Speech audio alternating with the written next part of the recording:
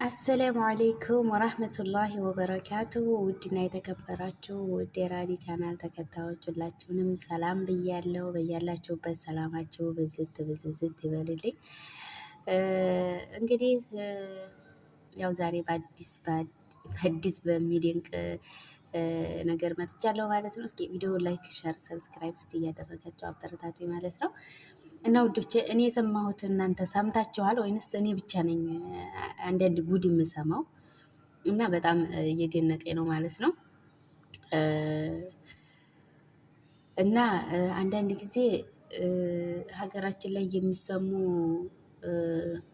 ነገሮች ኢትዮጵያ ያለውን ሰው ሳይሆን በቃ ኢትዮጵያ የምታስበው በውጭ ያለውን ሰው ብቻ ነው ብዬ ነው የማስበው። ግን በውጭ ያለነውም የማይሳካልንን ነገር ነው። እውነት እዚህ ብር ፍስ ነው እንደሚባል የሚመስላቸው እንዲሁ ህግም ተብዬዎቹ እንዲሁ ማንኛውም ማህበረሰብ ማለት ነው። እና ባለፈው እንደዚህ ስራ ጠፍቷል፣ አልጠፋም ኢትዮጵያ ላይ ሰራተኛ ነው የጠፋው የሚባል ሰማሁኝ። ኦኬ ችግር የለውም፣ የምናውቀው እናውቀዋለን። ዞሮ ዞሮ ስራም አማርጠን መግባት እንችላለን ማለት ነው። የኢትዮጵያን ስራ ወይም በኢትዮጵያ መዲያም ተመሰቃየት ብለን የውጮቹ ይሻሉ እንደው ብለን መተናል። እሺ ችግር የለውም። አሁን ደግሞ የሰማሁት ማለት ነው ኢትዮጵያ የጭቃ ቤት መስራት አይቻልም፣ የእንጨት ቤት መስራት አይቻልም የሚባል ሰማሁኝ ማለት ነው። እና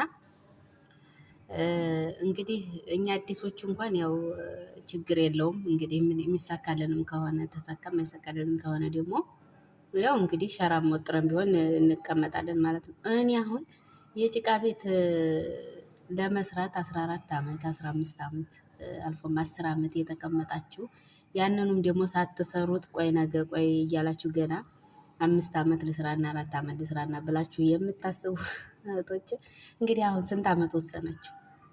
ስንት ዓመት ለመስራት ወሰናችሁ ማለት ነው? የጭቃ ቤት 14 ዓመት 15 ዓመት ያልሰራችሁ የብሎኬቱን እንግዲህ ስታስቡት ደግሞ 50 ዓመት ማለት ነው። ብቻ በጣም የሚደንቅ ነገር ነው እየተሰማ ያለው። እንግዲህ ሀገራችንን ሰላም ያደርግልን። ዙሮ ሟርቱ ጥሩ ነው፣ ግን ቢሆንም ደግሞ አንዳንድ ጊዜ ሳንኖር ለምን እንደኖር ነው ሆነን የሚወሩ ወሬዎች በጣም የሚደንቁ ናቸው። እኛ አዲሶች ጠንክሩ፣ አይዟችሁ። እንግዲህ አዲስ እንትን መጥቶልናል ወይ ደሞዝ ሊያስጨምሩልን ሊሆን ይችላል። እንግዲህ በ1 ሺህ ተሰርቶ እንኳን የብሎኬት ቤት የጭቃ ቤት አሁን ላይ ቦታው ራሱ ያስቸግራል ማለት ነው። እና ደግሞ እኔ የሚገርመኝ መንግስትም የህግ አካልም ሆነ ማንኛውም ሰው አረብ ሀገር ያለ ሰው እንደዚህ ቡና ብር ስንለቅም ነው እንደምንውል የሚመስላቸው። ብቻ ያው አንዳንድ ጊዜ ስደትን ህጉም ስደትን አያውቀውም የሚል ሀሳብ አለኝ ማለት ነው። እና እንግዲህ ውድ እህቶቼ እናንተስ ምን እያሰባችሁ ነው? እንደኔ ሰምታችሁ ከሆነ እኔ በጣም ግራ ገብቶኛል፣ በጣም ደንቆኛል ማለት ነው። እና እስኪ ቪዲዮ ላይክ፣ ሸር፣ ሰብስክራይብ እያደረጋችሁ እና በሌላም በአዳዲስ ቪዲዮ እመጣለሁ። ግን የዛሬው የድንገት ነው የመጣሁት። ያው ድንገት ሳየው ነው የደነቀኝና እንግዲህ ሁላችሁም እስኪ የተሰማችሁን በኮሜንት ላይ አሳውቁኝ ማለት ነው።